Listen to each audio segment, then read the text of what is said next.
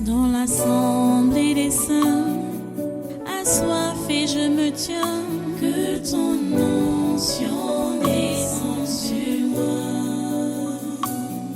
Conscient que mon destin est dans le creux de ta main, que ton onction descende sur moi. Je suis disposé, assoiffé, que ton onction descende sur moi. Je suis disposé, assoiffé, que ton onction descende sur moi.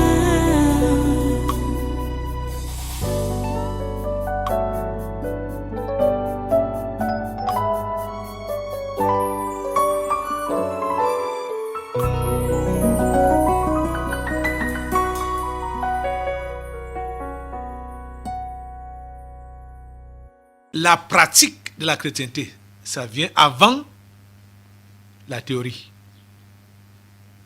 Écoutez bien ce qui est dit. Verset 6 de Romains 6. Sachant que votre vieil homme a été crucifié. Ça parle au passé. Sachant que votre vieil homme a été crucifié. C'est dans le passé. Donc, toute personne qui n'est pas véritablement né de nouveau, je crois que ce sont ces gens-là qui créent beaucoup de problèmes à l'église. Ils ne sont pas nés de nouveau, ils n'ont pas connu la nouvelle naissance et on leur enseigne les choses de Christ. Ils ne peuvent pas recevoir cela. Ils ne peuvent pas. Parce que ce n'est pas dans leur nature. La chrétienté est d'abord pratique. Et ça commence par la nouvelle naissance. Les théories, ça vient après. La théorie, ça vient après. Parce que quand tu es donc né, et on te donne donc maintenant la théorie, donc la nourriture, ça convient avec ta nouvelle naissance, rapidement tu vas évoluer. Tu vas évoluer. Mais ce n'est pas le cas pour plusieurs parmi vous là. Ou comme certains, peut-être leur nouvelle naissance n'a même pas mis une semaine ou un mois. N'en parlons pas d'un an. Rapidement, ils ont rétrogradé. Tout le temps qu'on passe maintenant à leur enseigner. Ils ne sont plus là. Ils sont plus ce qu'ils étaient devenus quand ils ont cru. Ils sont devenus encore des païens et on enseigne maintenant, on donne des bonnes choses aux païens, on donne des bonnes choses aux porcs, aux chiens. Ils vont fouler ça aux pieds, ils vont chercher à déchirer la personne qui leur donne ça. C'est ça que Jésus a enseigné dans l'évangile de Matthieu. Comprends ça. Sachant que votre vieil homme a été crucifié afin que le corps du péché fût détruit, pour que nous ne soyons plus esclaves du péché. C'est ça que la Bible dit. Si tu es chrétien, tu ne dois plus être esclave du péché. Quand je pensais à ce message, j'ai pensé à ce chant qu'on chante souvent. Je ne suis plus esclave de la peur. En anglais. I'm no longer slave of fear. Ce n'est pas ça qui doit être dit. Ce n'est pas esclave de la peur, mais c'est esclave du péché. C'est esclave. Je ne sais pas pourquoi celui qui a composé ça a glissé pour parler de l'esclave de la peur. Pourquoi? Je ne sais pas vraiment pourquoi il a glissé. C'est esclave du péché. On n'est plus esclave du péché. Dorénavant, quand la chorale va chanter ce chant-là, il faut chanter I'm no longer slave of sin. Et non, I'm no longer slave of fear. C'est slave of sin. On n'est plus esclave du péché. Vous comprenez? C'est ça que la Bible enseigne. Afin que le corps du péché fût détruit pour que nous ne soyons plus esclaves du péché. Tu n'es plus esclave des mauvaises habitudes. Ce message doit te révolter. Ça doit te révolter. Pour que tu dises non au péché, à toutes ces mauvaises habitudes que toi-même tu connais ta vie. Je n'ai pas envie, je n'ai pas envie vraiment de tirer de long en large dans cet enseignement ou dans ce message aujourd'hui. Toi-même tu connais ta vie.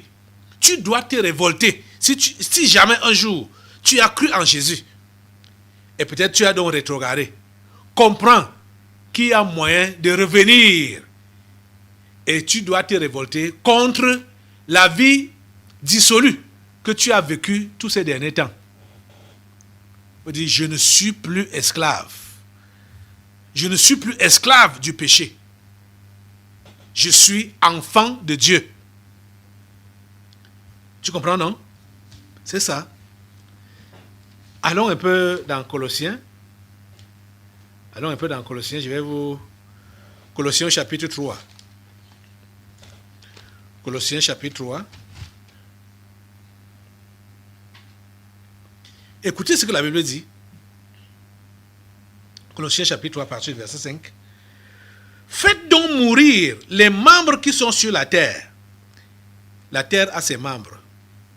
Et c'est la terre, le diable, le péché, le moi.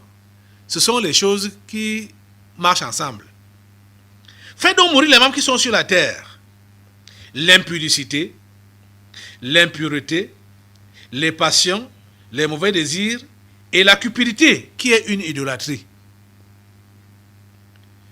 Allons, verset 6. C'est à cause de ces choses que la colère de Dieu vient sur les fils de la rébellion.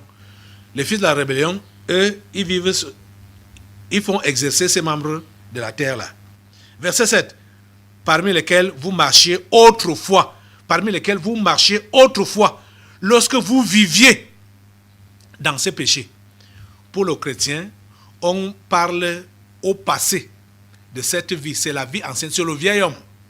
On va même arriver là. Allons, verset 8. Mais maintenant, renoncez à toutes ces choses, à la colère. C'est par là qu'on a commencé aujourd'hui, à la colère. Un enfant de Dieu qui va dire que je suis colérique, c'est ma nature, je suis colérique. Ça, c'est quelle histoire. Mais maintenant, renoncez à toutes ces choses, à la colère, à l'animosité, à la méchanceté, à la calomnie, aux paroles déshonnêtes qui pourraient sortir de votre bouche. Ne mentez point les uns aux autres, vous étant dépouillés du vieil homme et de ses œuvres. Vous comprenez ça? Oh mon Dieu. C'est clair, terre à terre. Cher ami, quand tu dis que tu es chrétien, tu te retrouves dans ces mauvaises habitudes qu'on cite là.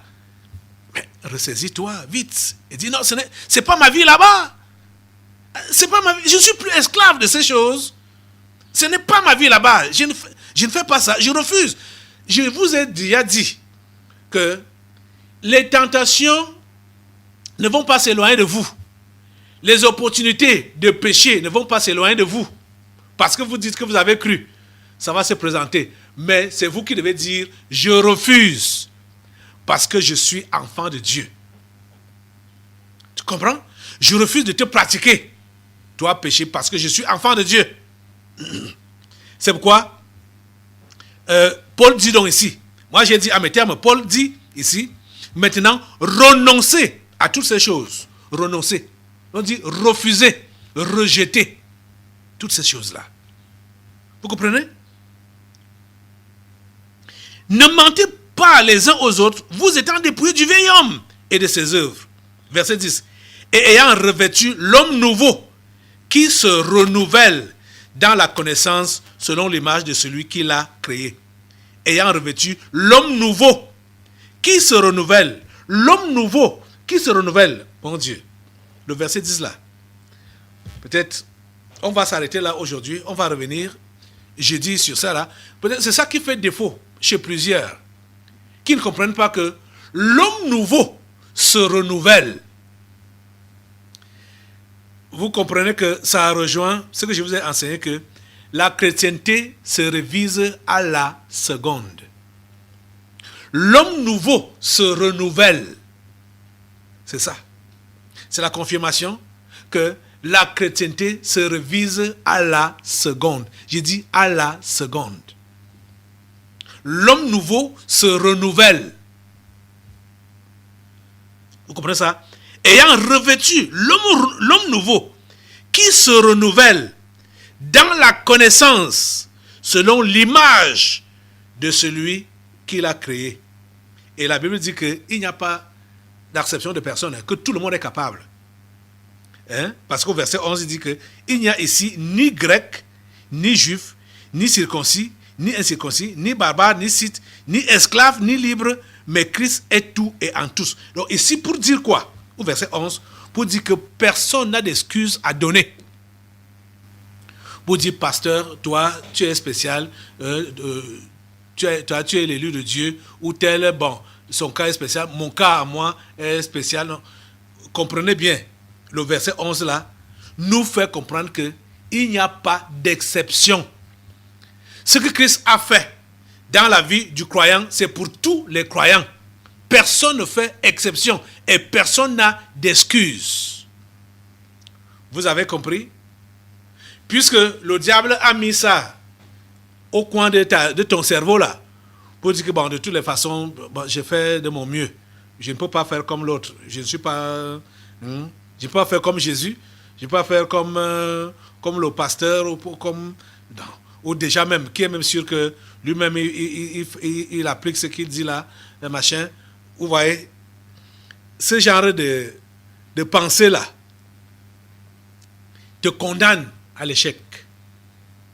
La Bible nous fait comprendre ici que personne n'est excepté. Personne n'est excepté. Tout le monde est impliqué. Parce que Jésus est mort une fois pour toutes. Et son travail de salut était pour tout le monde. De la même manière. Pas d'exception. Et il nous met au même pied d'égalité. Dieu ne fait pas de différence entre ses enfants. Il ne fait pas de différence. Il nous met au même pied d'égalité. Et c'est comme ça qu'il compte donc sur nous. Tu as compris? Comprends que le standard de Dieu par rapport à la vie chrétienne normale, son standard est le même pour tous ses enfants. C'est-à-dire, Dieu a mis le standard. C'est pour tous ses enfants le même standard de vie. Un garçon s'était approché de moi pour me demander comment on doit faire pasteur. Qu'est-ce qu'il faut faire même pour être un bon pasteur? C'est ça qu'il me posait comme question. Je lui ai dit, pour être un bon pasteur, il faut d'abord être un bon chrétien. Un pasteur, c'est un chrétien. Hein? Et vous savez qu'il y a donc des faux pasteurs et il y a des bons pasteurs. Les faux chrétiens, ils ne se sont jamais convertis. Les faux pasteurs, donc les faux chrétiens, ce sont des non-croyants qui vont à l'église. Et les faux pasteurs, ce sont aussi des non-croyants qui prêchent. Peut-être ils ont même eu à croire, que ce soit faux chrétiens ou faux pasteurs. Peut-être ils ont eu à croire un temps. Mais ils ne sont plus dans la foi tant qu'ils sont devenus faux. Que ce soit chrétiens ou pasteurs. Faux chrétiens ou faux pasteurs. Ils étaient des anciens chrétiens. Donc pour être un bon pasteur, il faut être un bon chrétien. C'est tout. Dieu a mis, le standard est pour tout le monde. Pour toutes les races, toutes les couleurs, tous les sexes. Dieu a mis le standard de la chrétienté au même niveau. Donc, vos analyses, vos réflexions, votre philosophie, ça ne sert à rien. Et vous ne pouvez pas convaincre Dieu ou l'amener à baisser le standard. Jamais. Tu as compris ça? On va arrêter à ce niveau-là. Aujourd'hui, lève-toi, mets-toi debout pour maintenant dire à Dieu, revenir à Dieu, dire à Dieu, Seigneur, je reviens à toi. Pour ceux-là qui sont égarés entre-temps Et si tu n'es jamais venu au Seigneur, dis-lui, je viens à toi. Et comprends le standard qui t'est présenté maintenant. Quand tu dis que tu viens à Christ, comprends que tu es en train de tuer le vieil homme. Tu es en train de tuer les membres qui sont sur la terre. Et on ne doit plus te retrouver dans ces choses-là, ce qu'on a lu tout à l'heure là. Faites donc mourir les membres qui sont sur la terre. L'impudicité, l'impureté, les passions, les mauvais désirs et la cupidité qui est une idolâtrie. Renoncez à toutes ces choses, à la colère, à l'animosité, à la méchanceté, à la calomnie, aux paroles déshonnêtes qui pourraient sortir de votre bouche. Dire que tu donnes ta vie à Jésus, c'est donc mourir, tuer les membres qui sont sur la terre et renoncer à tout ce qu'on appelle mauvaises habitudes, péché. Et comprendre que le standard est le même pour tous. Tu n'as pas d'excuse parce que tu viens de croire aujourd'hui. Tu n'as pas d'excuse parce que ta condition de vie est différente des autres. Tu n'as pas d'excuse parce que peut-être maintenant là, tu vis aux dépens de celui-là qui te sponsorise et que c'est difficile pour toi. Si tu renonces, il n'y a pas d'excuse pour qui que ce soit. Pas d'excuse. Le même standard que je te demande. Le même standard. Engage-toi pour lui. Donc à tuer tous les membres de la terre et à renoncer à toutes les mauvaises habitudes.